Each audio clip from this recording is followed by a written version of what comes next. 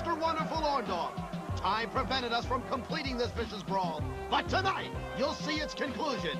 It's just part of the fabulous card of wrestling on this week's UWF Fury Hour!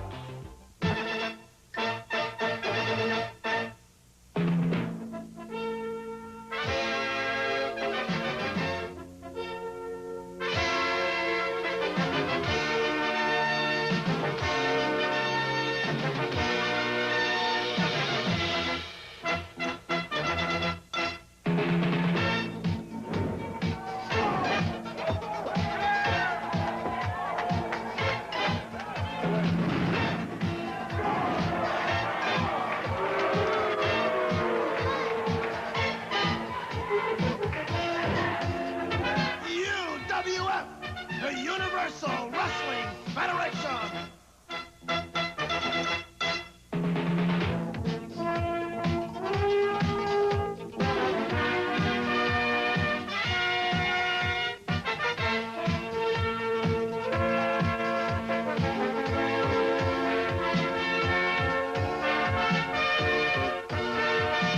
Welcome to the Fury Hour!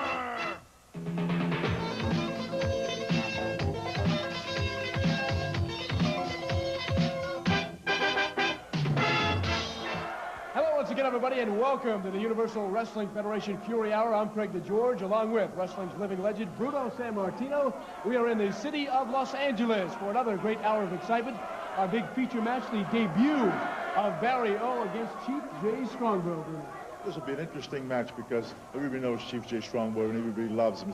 He's a wonderful wrestler, a wonderful human being. Barry, on the other hand, he's a very athletic guy. He's a terrific wrestler, very skillful in that ring, and this is going to be a very interesting bout. And I'll tell you, I'd hate to pick a winner here. All right, Herb Abrams will be doing double duties. Get the play-by-play of the first match and also tonight's card. And a power-packed lineup it is, Craig and Bruno, starting off with Bruno's son, David Sammartino. The Russian Bear, Ivan Koloff, is in action tonight, too. We'll go back to 2 weeks ago for the conclusion of the Dr. Death Steve Williams battle he had with Mr. Wonderful Paul Orndorff. The destruction and power of the Viking. Iceman King Parsons gets set to do his thing. And then the feature brawl between hotshot Barry O from the Cherokee Nation will take on Chief J. Strongbow. Captain Lou returns with another adventure in Captain Lou's Corner. Also, a lucky fan gets his question answered on another segment of Ask the Wrestlers. And a reminder to be at UWF's next live wrestling show, Friday night, February the 15th at 7 p.m. That's Friday night, February the 15th at 7 p.m. at the Penta Hotel. That ring is your link to all the news and happenings in the UWF on the UWF Power Line. Find out where the match is going to be in the future. Plus, hear what your favorite UWF wrestler have to say. Just dial the Power Line at 1-900-4204-UWF. Spicolli and Sammartino. This guy, Spicolli, he really is. He is a character. He really is a character. He's, but I'll tell you what, he gives you... Jeez, he wants... Here, he just challenged me too, Herb. He wants to take on both of us. What is Spicolli carrying out about this cutie pie? Oh, that's nice. Well, they shook hands. Well, let's see how long the tactics will be clever.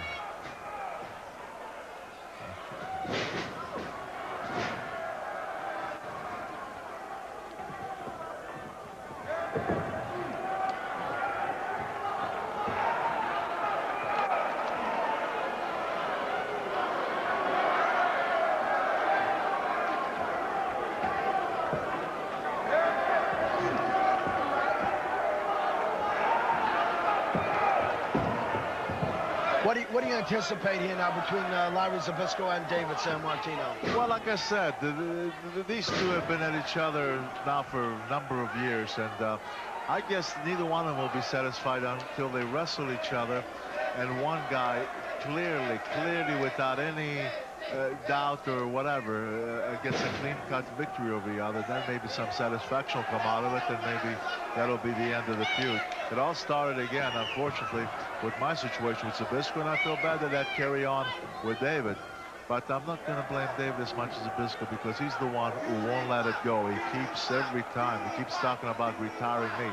He didn't retire me. I retired myself because it was time to retire, and I wrestled more after the Zbyszko feud. I continued to wrestle, but then it came time to retire. And as he keeps saying he retired me, it upsets David, who's still wrestling, and he wants to tell Zbyszko that, you know, I can, well, you know, it's just one of those unfortunate situations that won't end. Well, I have to tell you, I'm looking forward to possibly seeing a battle between Zbyszko and Sammartino in the ring. Oh, no doubt it'd be a good match. It'd be a great match. One tackle, David. Let's see. Spicolli catches David with a big slam. David kicks off and catches him with a beautiful arm drag. Very nice, very well executed. David throws a tremendous arm drag. I tell you, I enjoy watching this Louie Spicolli, this cutie pie. Not Spicolli, it's Spicolli. Spicolli, whatever. I enjoy watching him. He's a character. Well, he's a character, but at the same time, he does provide you with pretty good action in that ring. No question. Yes, indeed. He has great, vast knowledge of wrestling skills. We saw him, what, last week with that the Wild Thing? The Wild Thing was a wild match, and yeah, indeed it was. And you know, had he had a little more experience, I believe he would have beat the Wild Thing. Well, that's hard to say, you know, but the match certainly went back and forth, and as this one is going right now. But that's one way of getting out of a predicament, is go to the ropes and have the referee break. That's what Spicolli just did. He threatens a lot, even with the Wild Thing. He points that finger and makes a lot of threats to Spicolli.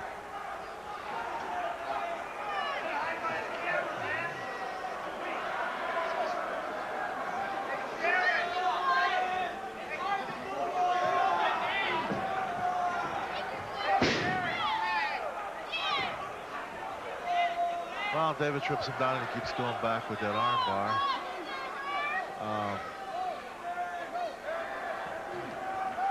I don't know where David's going with this. Well, Bruno, I'll tell you, I've seen you in that position many a time with you and your opponent in an arm bar. Well, what I used to do with an arm lock like that, I used to really row it to really weaken, because, you know, let's face it, if you can weaken an arm or a leg or whatever an opponent, then he's definitely got the advantage. You know, if you're taking that away from him, he's certainly handicapped. And, but you have to be persistent. If you start working on a body part, you have to stick with it, and you have to keep punishing it and punishing it. And if you don't make the man submit, but at least, as I say, you weaken that particular part. Wow, that was a tremendous knee drop on that arm. Hey, you know, Spicolli, got to give credit. He can take a lot. He can take a lot of punishment.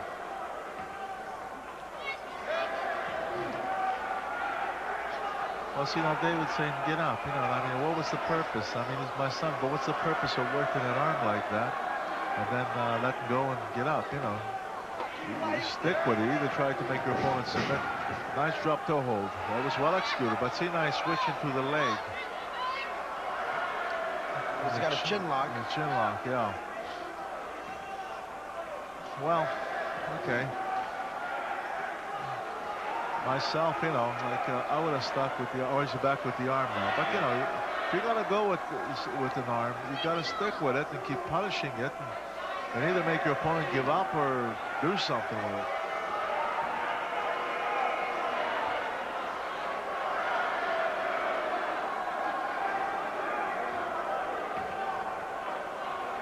Spicolli gets the rope.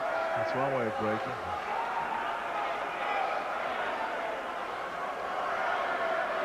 Bruno flexing that. Bruno, I'm looking at him. I said, Bruno, David flexing that his biceps, triceps. Well, David, as I said before, he's gone to extremes. He used to be 255 pounds, which is a little too heavy for him. Now he's about 220, which might be just a lot. I don't know. It's my opinion. Anyway, he feels good, and that's what counts. But I like to see him at about 235.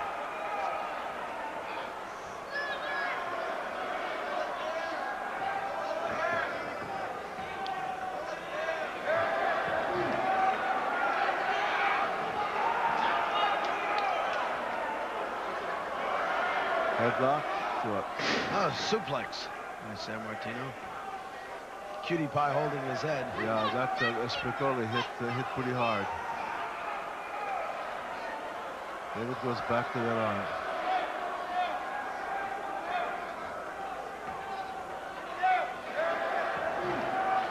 Spicolli not going to give up. No, he's to his credit, he certainly can take a lot of punishment. That's one way. It's another way of getting out of the hole.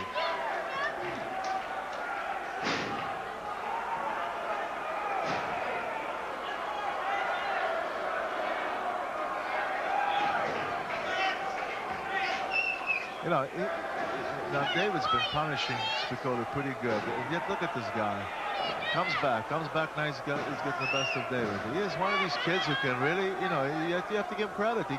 He can take a lot, and he's got that fortitude to keep coming back. Bruno, I have to tell you, if he were just a bit more aggressive and non-stop and hitting, I believe this guy could be something here in the UWF, this Spicolli. Well, he's a young guy. You can see he's a very young man. What is he, about 22 years old? He doesn't even look 20 to me. Yeah, well, okay. So, you know, he's a kid that, give him time. Give him time. Who knows? Who knows? Power slam. Wow. In fact, he doesn't even look like he hit puberty yet, this guy. That was a great power slam, and that looks like figure four leg lock. Yep. This could be it. Yeah, a figure four leg lock, if applied and applied properly, it's extremely painful. Not only painful, but extremely difficult to get out from. And 9 out of 10 times it does wind up into. Well, you've got some of the greats that have always used that figure four leg lock. Next up, Ivan Koloff, the Russian Bear, as the UWF Fury Hour continues. Attention wrestling fans, the Universal Wrestling Federation returns to the Big Apple Friday, February 15th at 7 p.m. with an explosive show at the Penta Hotel in New York City, directly across from Madison Square Garden. Order tickets now by calling 1-516-5874-UWF. See the eagerly anticipated main event of the evening, a lumberjack-style match between Steve Dr. Death Williams and Mr. Wonderful Paul Orndorff. A revenge grudge match between Cowboy Bob Orton, along with his manager, the Golden Greek, John Tillis, and B. Brian Blair. Plus, Down the Rock Morocco, the inimitable Cactus Jack, Steve Ray the Wild Thing, Sunny Beach, Dr. X, and the hard-hitting Power Twins. An evening of wrestling hosted by living legend Bruno Sammartino, with a special appearance by Captain Lou Albano on the Captain's Corner. Call the UWF at 1-516-5874-UWF to order tickets to the February 15th show at the Penta Hotel in New York City. Call 1-516-5874-UWF now. Koloff! Yes, sir. Riki Ataki taking on Ivan Koloff with his chain. Do you notice, Bruno, as you see the chain again, well, they still haven't taken care of this problem. We saw it in a previous week, Koloff with the chain. What I was going to bring up is, do you notice a different style, a different mentality from the Japanese wrestler as opposed to the American wrestler, or in this case, the Russian wrestler? Is there a different style, a different tactic? Well, in Japan, I think that in Japan they mix. They use the wrestling plus they combine it with the arts. You know, they use a little judo, a little karate. They do all these things. And as you watch, most of these Japanese wrestlers that come here in the States try to do the same thing here. Although they meet with the likes of Koloff, who then brings a chain, and that kind of throws them off a little bit because they don't expect that. But they're tough. The Japanese wrestlers are. They're all great condition, dedicated. They're all very tough. We've been impressed with Ataki. Limited time we have seen him here in the UWF. Look at that move. There's a good example. He just quickly got out of the move, and then the leg takedown. He's got Koloff in trouble. This Ataki might be a force to be reckoned with. Oh, he's tough. There's no question about it. I've never seen anybody go in a ring with him and have an easy time with this guy because he goes in there and he gives it his all, and he's talented too. He's very talented. Trying to put him away, but Koloff says, hey, not now, sir. Well, you know, when you talk about Ivan Koloff, you're talking about a veteran here who knows every trick in the book. This guy has certainly been a tremendous wrestler all his life. He's known worldwide, and he's got just one of the most awesome reputations in professional wrestling. He is going to work on Ataki. I remember wrestling him in the 70s when he was actually a 300-pounder. Yeah. Nice 260. Oh. He's in great shape. Would you rank him among some of your toughest opponents? No question about it. No question about it. Oh, he missed with the roundhouse right, and now takes the chop to the neck, and he is down. And Ataki looks like he's going upstairs. He is, top rope. Ataki comes down with the axe handle and lands. Now for the press. Oh, whoa. Oh, boy, that was close. Koloff's probably saying, hey, that's a little too close. Better watch it here. Koloff ends, but comes right back with the foot, and that sends Ataki down. And you didn't like the way the Ataki accepted that, huh? Well, I'll tell you, the way he whipped, Koloff into center rope, it kind of was a little too quick in ducking for that backdrop. And Koloff saw it and caught him with a tremendous kick. I'll tell you, he delivered a mighty blow from that top rope. Watch out now, Bruno. He's got him outside Look at that. in a foreign area. On the middle post, on the middle pipe. And that nearly bent the pipe that keeps the fans away. At the noise it made when he said hit that pipe. It's amazing that, look at this now. Oh, my, on the chair. That's right. Now Koloff goes back in the ring. As Ataki is obviously in trouble there. Will he be able to make it back? Let's see. The referee's not even counting because he's kind of arguing with Koloff. Ataki wearing that chair as if it was a hat. I'll tell you what, again, for Ataki's credit, he's a tough guy. I mean, he just took a couple of tremendous blows. And somebody may not have even attempted to come back in the ring. And look at here. There he is on the apron. Oh. Didn't make it quite back in. What we talked about, I think, the Japanese wrestler, I think you find that ability to recover, the resiliency. A lot of discipline, They're very disciplined, and they'll fight you. They'll fight you all the way. I mean, as long as they can move, as long as they can, they're going. They'll keep going. And this Ataki, as I said, okay, front face lock is good. Oh, backbreaker. A backbreaker, turn it around. Koloff trying to put the finishing touches on Ataki. Big leg drop. And the cover. Oh.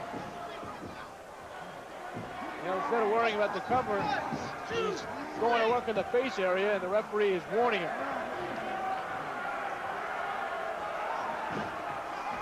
Koloff again is scratching and clawing at Ataki. Referee's warning didn't do too much, did it? He went right back to it. No. Maybe right now, Ataki says, I wish I was back in the back. Get the next flight out of here. Into the ropes, Koloff. Oh, my! Grabbed him by the neck and just throw him so hard right at that. There's a knee drop right across the chest.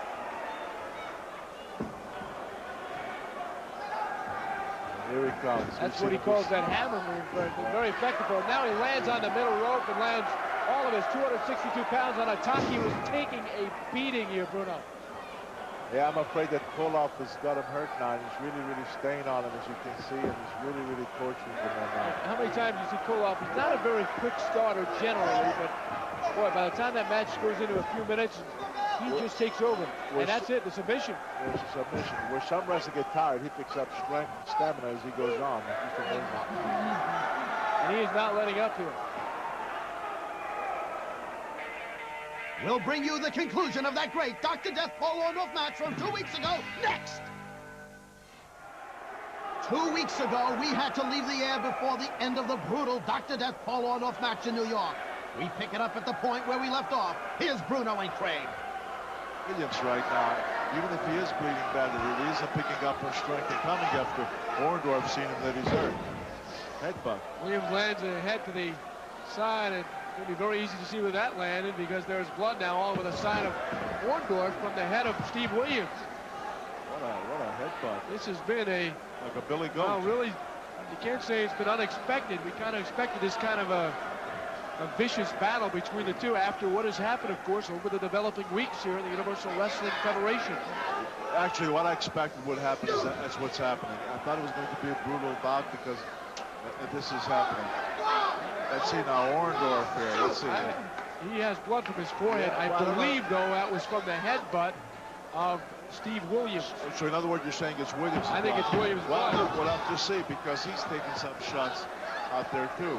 But it could very well be, because Williams did headbutt several times, and it could be Williams' blood. But we'll just have to wait to see. But right now, Orndorff is hurting. You know, I have a feeling that Mr. Wonderful thought maybe you had put away Dr. Death after he cut him open. The referee certainly is giving. Oh, no. Yeah, that's not Williams' blood. The Orndorff is bleeding. You're right about that. Orndorff is bleeding. The two combatants are outside the ring. Both are bloody. Williams Both just are gave him worn. about a half a dozen headbutts. And then, you know, he's hurt himself. His head is split. And after he gave him about 5-6 headbutts, he staggered and fell on his behind as a result of it. And the referee is staying outside the ring, which is giving him every opportunity, because the referee right now, if he were in the ring, he could have gotten them both out. That might be the best thing to do at this point. Whoa, what a wrap-up to this big hour here on the Universal Wrestling Federation Fury Hour here on Sports Channel America. There's no way that this referee's going to control this match. These guys now are no longer paying attention to any referee or anything. They're just out. They're outside. Well, although here's Williams. He throws Orndorff back in the ring. I don't know if Hernandez is going by the textbook and officiating it outside the ring. That's very unorthodox. Williams trying to get leverage. Comes up, double axe handle off the top. And he floors Orndorff. And this has been a real vicious onslaught on both ends here. It's a bloody battle. Perhaps symbolic that both happen to be wearing red. All over their bodies. Yeah, all over their bodies, not just the tights. Orndorff into the turnbuckle, gets out of the way in time. And Williams, Dr. Death going crashing into the turnbuckle. And now Orndorff mounting a comeback. Oh boy, Dr. Death hit down Hernandez. Did he knock him out? Yeah, but now the question is that an automatic disqualification? Because he deliberately hit the referee, Williams did. Yeah, I'm surprised Hernandez hasn't counted out. They're hammering right to left. Now here comes some help from the outside. As Orndorff and Dr. Death continue to hammer away. Look out, Bruno, they might come in our direction. Everybody coming in the ring now. Looks like Blaze is in the ring. Michaels is in the ring. Williams trying to separate these two guys. Orndorff and Dr. Death continue to go at it. And they're knocking everybody that's interfering away. Look at this. They're knocking guys left and right. They're saying, leave us alone. We're going to battle this to the finish. Chris Michaels has pulled away Orndorff. A couple of more combatants coming in. Here come the power plays. Hernandez is down. Takes another What's going on here? This is just broken loose. My God, you got a dozen wrestlers and they're trying to pull these two maniacs apart. Keep your eye on Bruno Sammartino maybe next in the ring. No, I think I'll just stay here with you. Here comes Greg. Sonny Beach, the Rock, Don Morocco. And look at this. Williams just got flying across. Why? This is no team picture, folks. How about you got a dozen wrestlers and they can't pull these two guys apart. And Orndorff, we have a good vantage point at it. Very difficult for the camera to pick up because with all the bodies, but he's pulling the hair of Orndorff. Is Dr. Death. As you see the backs of the power trids trying to break up some people, you know, you wonder here if you might have some other battles. They got to stay. They got to have about 5-6 guys in each individual and just hang on. There's Orndorff cuts loose again. Orndorff got loose again. The bell is going, and Ben the breaking loose here. Disqualification. Jesse I'm surprised about that. disqualifies both wrestlers. As you heard from the PA guy. Wow, what else could he do? Really, in all honesty, certainly the fans aren't pleased with the way this match ended, but that's the only way it had. You have to describe it. There was no other way. I thought he only had a single DQ, though, because if you recall, Hernandez was hit. Absolutely. By Dr. Death, and they still cannot break it up. So that's the point. Well, Dr. Death hit Hernandez. That's was right. knocked out in a But look beautiful... at this. A dozen guys there keep breaking these two up, and they keep getting back at each other, and they can't keep them apart. Look out for him, because Orndorff is going to make his exit right near us. Orndorff right in front of us near the monitors and the television equipment, as you see. The Rock still trying to break up the two. Dr. Death, they only have about a little hand on him right now. You see. You know. Don't let him blow. Let him blow. You get. Orndorff's going after him again. He's going after him again. And he gets through and hits Dr. Death. Over a dozen wrestlers are in the ring, and no one can stop these two. They continue to go at it. All these guys, come on. You Oh, can pull my. these guys apart before they bleed to death. Both obviously needing medical attention, but both continue to want to get at one another. just hope that somehow, cooler heads will prevail here. What some of these guys have to do is grab one of these individuals. Here comes Williams again. Williams goes after Orndorff. The Rock now getting in the middle of it. He got a shot in on Dr. Death. Rock trying to just yank him Rock out is of outside. I think he's trying to get Orndorff, and maybe figures if he can get him outside, then maybe they can pull him or push him toward the dressing room area and separate these two once and for all. Well, they got Dr. Death back finally, and Orndorff pulled away. Oh boy, you have not heard the last of that one, that's for sure. It doesn't get more exciting than that, but Captain Lou will give it a try. He's next.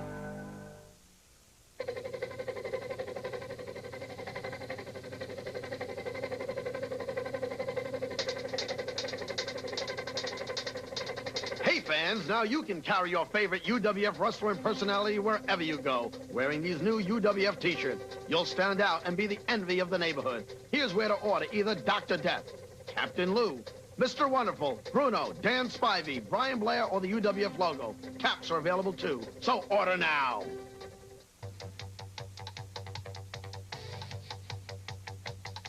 Yes, wrestling fans, it's the old fat man, Captain Lou Albano, baby.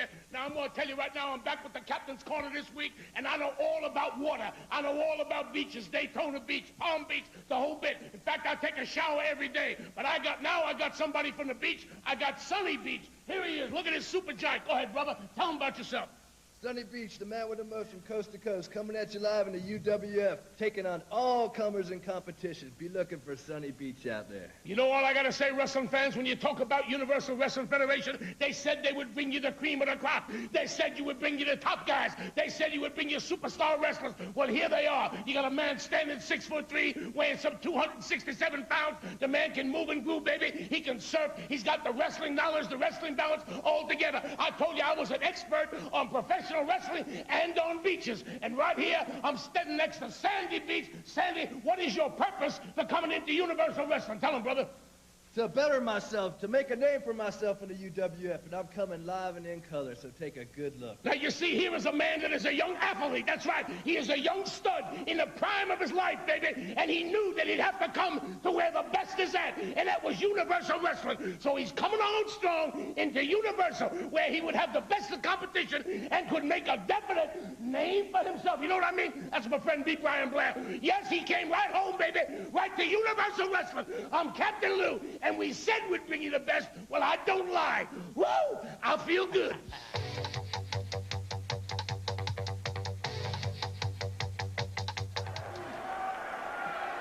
Craig and Bruno, we just got word that Dr. Death, Steve Williams, and Paul, Mr. Wonderful Orndorff have just signed for a lumberjack match on our February 15th live wrestling show in New York City. So get your tickets now and see this colossal lumberjack battle. That star going right after him. Man from Sioux City showing some big city moves here.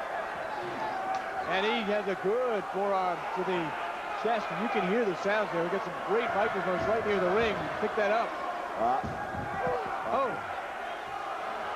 He's a big guy, this Matt Starr. You know, he weighs about 275 or thereabouts. Yeah.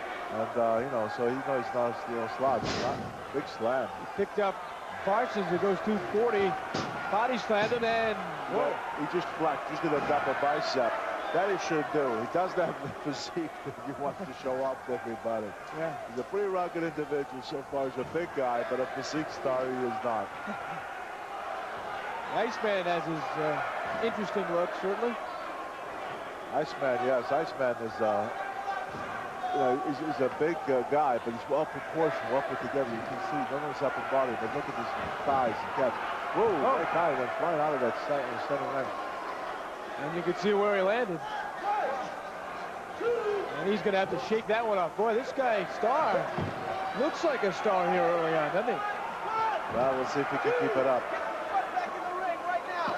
And the referee telling him to get his butt back into the ring. Well, in all honesty, the referee shouldn't be telling them anything like that. His job is to count. And if they come in the ring, fine. If not, it's shame on them. Yeah. The match so ends. You don't really hear that in the referee handbook. Tell them to get your butt back in the ring, do you? Oh, on the metal pole. You saw where he hit. That's the piping that keeps the fans away from the ring area. And Iceman. Oh, now this one. It's the steel pipe. And look who has shown up. Colonel De Beers, of all people, has made his way to ringside. I don't think Iceman knows. He hit him with a chair. I don't think Iceman has seen him, and I'll tell you what, if and when he spots him, and I'm sure he will, but I'm curious to see the reaction in his face. I'm curious to see. And De Beers, what business he got here? I don't think he bought a ticket because he looks like he's either doing some scouting or trying to make his presence known to the Iceman. Maybe like to cause a little distraction for whatever reason, but Iceman's been around a long, long time. But nevertheless, I want to see what he does when he sees the bird. Good shot. You can see how close the Colonel was to ringside now as he's inching up slowly and surely. Iceman hasn't seen him yet. And there's his view. Look at De Beers. Look at De Beers pointing at him. I can't hear what he's saying. He pointed at Iceman and said something. Iceman didn't see him, didn't hear him. He has not looked. He got his back to him. He's concentrating on his match. Well, he should. Yeah, De Beers has been uncharacteristically quiet, however. You do notice him, but he really hasn't said much. No. Oh, big chop. Iceman trying for the cover, and yes, sir. He's got him. The terrible wrath of the Viking is next on the Fury Hour.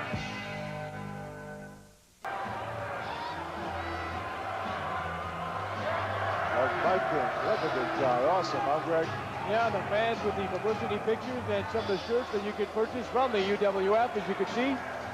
The Viking making his way into the ring. You know, the fans don't like this guy, and he don't like them either. You noticed in the past time, he goes and he makes insulting remarks. But you can't take it away from him. Look at this. This is a really extremely powerful looking guy. Fans trying to get at the Iceman here. What is he doing here? Taking a chair. Oh! As the fans chair, and what is he doing? He's just plastering that very expensive chair. He smashed it, and he tells one of the young people who's sitting on it, now you can have it, you can sit on it now. He smashed it. Some of these younger people, these young men are sitting, they were making some derogatory remarks, and he didn't like it. This was back from a week or so ago. Fortunately, that gentleman was right enough to get another chair. They're taking that one out of there. The Intern going up against the... Oh, boy, good clothesline by the Viking. Outweighs his opponent by some 100 pounds, thereabouts. You see referee Larry Sampson, third man in the ring. The Intern into the ropes and takes the elbow to the neck. And, you know, you wonder what kind of chance, not to dispel him because he got in the ring and he, I'm sure, has a lot of courageousness, but what kind of chance, realistically, does the killer Intern have against a guy like the Viking? This guy is one of the most powerful guys you'll see in the UWF. Personally, you want to give him credit? Yes, let's give the Intern credit for accepting this challenge against the likes of the Viking. Realistically, yes. On a given day, the old saying goes, an upset can always happen. But it'll take a miracle, in my opinion, in this particular case, because this guy, the Viking, he is just too big, too strong. Look at this. Look at this suplex. Listen, you're going to take him side back. suplex, and he takes him right back. And we've talked about in the past, the Viking has an array of... Look at the size of this guy. Look when he flexes. I mean, you know, you've seen some people that are 300 some odd pounds, but how many people way over 300 pounds that are put together like this guy? I mean, the guy's extremely impressive. Tremendous size. So to our cameraman, I want some competition. He's not getting it right now from the killer Intern. The Intern gave 2 rights to the midsection. And the Viking almost, as if said, like, let me show you. And he gave him a big forearm. Whoa. He got him in a good spot. He got him right in the knee area. Well, it's a drop kick. Yeah, he gave him a drop kick, but he didn't really catch him. Yeah, actually, I beg your pardon. You got him in the groin area, and you see him bent over. Right. Right, but the drop kicks that he's caught him with, 2 drop kicks, he really didn't catch him. I'm not saying that if he had caught him properly, that he would have taken him over, but he really didn't catch him in solid. Well, let's see. He's going to have a chance to catch him here, though, Bruno. He's going to the top rope, this guy, the intern. He's taking too much time. He's taking too much time. He's having all kinds of problems at the top rope, but he comes flying. Oh. Did you see that? The Viking caught him in midair, didn't budge, takes him around, a power slam, and puts him away. That was power. I mean, to catch a guy coming up the top rope like that. And that is devastating right there. And look at these elbow smashes. That's 316 pounds coming flying from the air, coming down full weight. The intern, I think, is finished with his internship. Time again for Ask the Wrestlers, and a chance for a lucky viewer to win a free UWF t-shirt and cap. This week's winner is Ira Goldstein of Plainview, Long Island, who asks Bruno Sammartino to compare the wrestlers of 20 to 30 years ago with today's men of the squared circle. Well, Ira, there's no question that today you have some tremendous wrestlers. Look here at the UWF when you talk about Orndorff, Steve Williams, Horton, Brian Blair, many guys. I could go on. These are all tremendous wrestlers. However, I must tell you that in my day, we had some horses, too. When you talk about the Jonathan, the Killer Kowalskis, the Koloffs, the Lazowskis, Tolises, I could go on. And in all honesty, these guys were tremendous. So I would say to answer your question this way, we had some tremendous athletes in those days, and there's no question of some tremendous people today. So who were better? I don't know. I guess because the opportunity of ever meeting in that ring, of course, is impossible. A free UWF t-shirt and cap is yours if we use your question on the air. So send in those letters. Send your questions with your name and address to Ask the Wrestlers, 702 Washington Street, Marina Del Rey, California, 90292. And remember, it's 29 cents now for a letter, 19 cents for a postcard. So send that mail in now.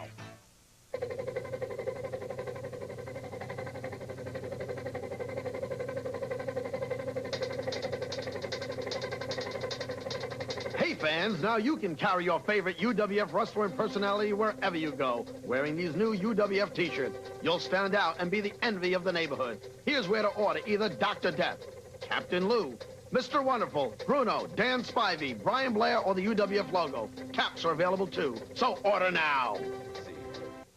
Chief J. Strongbow coming in the ring. This is going to be something special. Chief J against Barry O.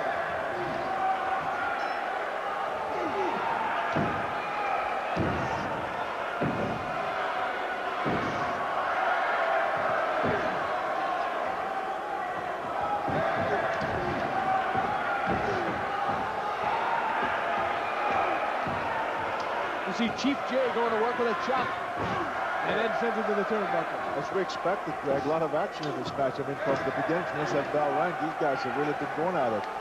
Great action. As we expected. It's like a side headlock.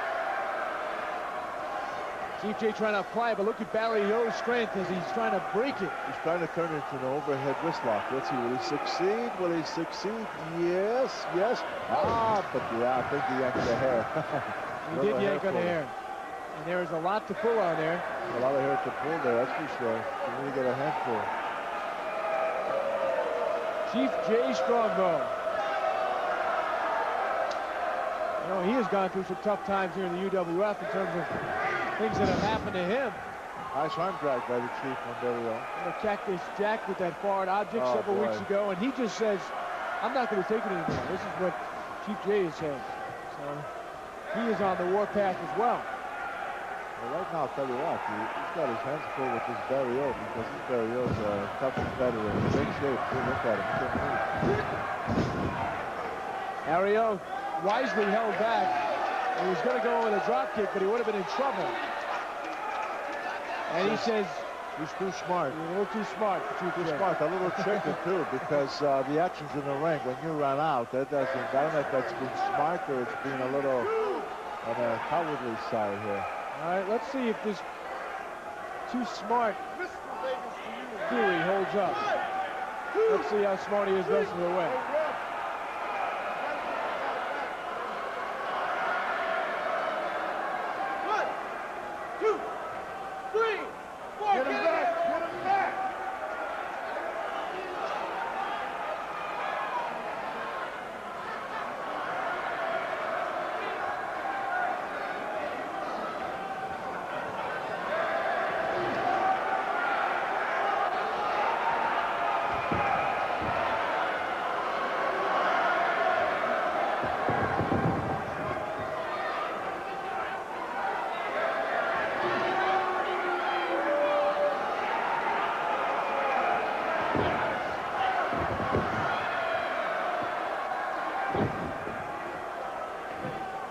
Chief J. Strongbow trying to lift up and get him in a suplex, but Mario, as you can see, is a very formidable opponent. Indeed, this is really an outstanding matchup.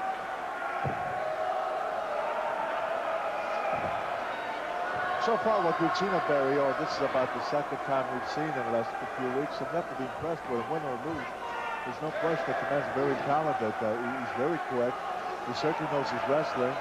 He looks for shortcuts here and there, but nevertheless, tough opponent. Is he looking for submission in this particular hold, or is this just wear him down? No, I don't think he's looking for submission. What he's going, the way he's got him curled up like that, trying to cut his wings and so forth. And of course, if he does that, then naturally weakens the opponent, and we go from there. But I did get to do the job because the referee broke it up because they were by the ropes. And nothing too seriously happened. The voice of the living legend, Bruno Sammartino. I'm Craig DeGeorge, along with Herb Abrams and the UWF crew from Los Angeles. Chief J. Strongbow and Barry O. Little strength contest here. Let's see. This is the test of strength here. Who's going to win out? Look at the faces. Face of strain. Oh, Chief J pushes him in. Yes. Yes, sir. Good call. Monkey flipped him right over.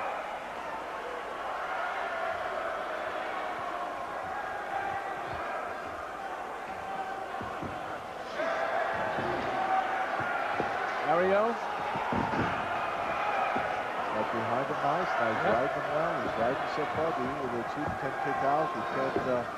Containing him very well on that ride, isn't he? Yes, he did. Barry Hill did very well. He just rode him and stayed behind him, and the Chief was unable to spin out.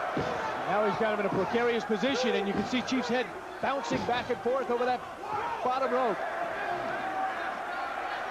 And I'm not quite sure what referee Steve Simon is indicating to Barry O.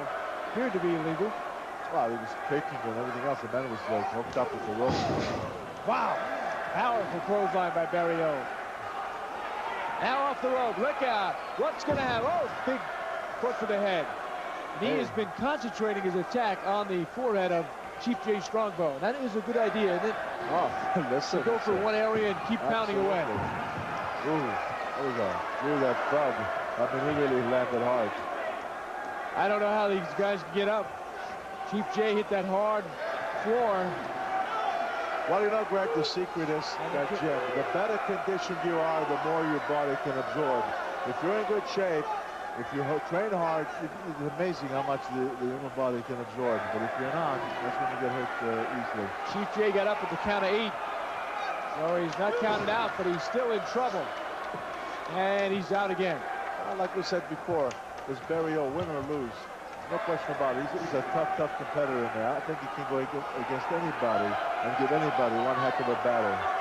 This is a very talented individual. Very aggressive. Haven't really seen the Chief be the Chief. He has been just thrown off his game. We haven't seen the war dance. Yep. We haven't seen him well, you know, marching or prancing. Barrio has gotten hurt and has stayed on him. He has stayed on his time. Has really hasn't given him any time to try to recoup, you know. And that's the thing to do. You get your opponent in trouble, you have to stay on him if you're smart. The crowd is trying to cheer on Chief J. You probably could pick up from our mics. You can hear the howling. And you know what? I've seen the Chief in serious trouble. When the people start that, somehow it's like deep energy to him. As he starts really reach from that when he comes on. And look at this. Got a couple of shots in, but again, Barrio staying in control.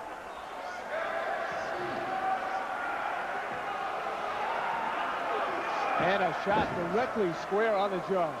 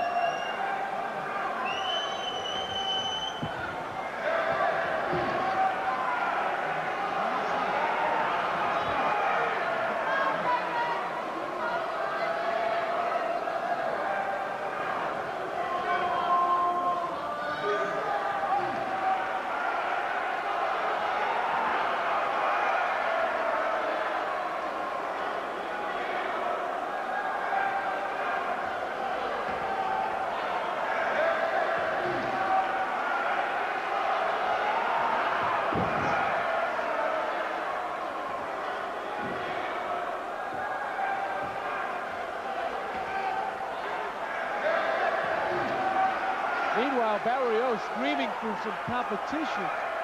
And if Chief Jay heard that, you can bet if those howls didn't get him going, that certainly will. But nevertheless, Barrio continues to land several right hands. He's just trying to rearrange the nose of Chief Strongbow there. He's attacking him. Yeah. I think Barry, is trying to establish himself in the UWF, and an outing like this, if you can knock off a Chief Jay Strongbow, certainly will catch the eye of everybody. Well, of course, Jay Strongbow's got quite a reputation. He's made for himself, and every, getting a win over someone like the Chief, certainly it's a big boost for Barrio.